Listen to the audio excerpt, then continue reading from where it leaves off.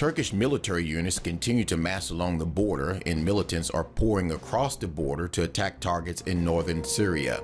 The Prime Minister of Turkey is now openly admitting that his government is supporting the militants that are trying to overthrow the Syrian government, and the Turkish government has also made it abundantly clear that they have no plans to stop shelling the Kurds on the other side of the border.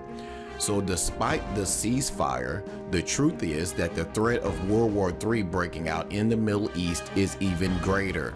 At times, it is difficult to see the dividing line between the Turkish military and the radical jihadists that are hopping back and forth across the border with the full support of the Turkish government.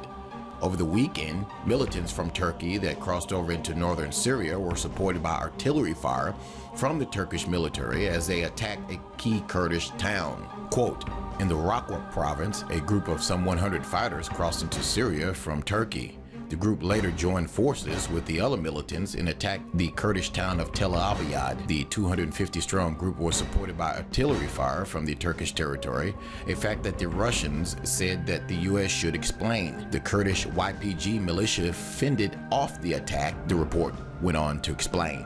So if Saudi Arabia, Turkey, and their allies are preparing for war, then what is the purpose of the ceasefire? Well, first of all, the goal was to stop the bleeding. The Sunni militants were losing ground steadily, and the pause will enable them to regroup and get resupplied. Secondly, the pause in the action gives the coalition time to move forces into position for a potential ground invasion of Syria. But more than anything else, this ceasefire seems to be a trap. It appears to be inevitable that the US and the other Western powers will accuse Russia, Iran, Hezbollah, and the Syrian government of breaking the ceasefire, thus providing legal justification for the coalition to militarily intervene. Watch developments in Syria very closely. Many had hoped that this ceasefire would bring the 5-year civil war to an end, but the truth is that it could just be setting the stage for something far, far bigger. Continue to monitor this channel. We will definitely keep you updated on the situation going on in the Middle East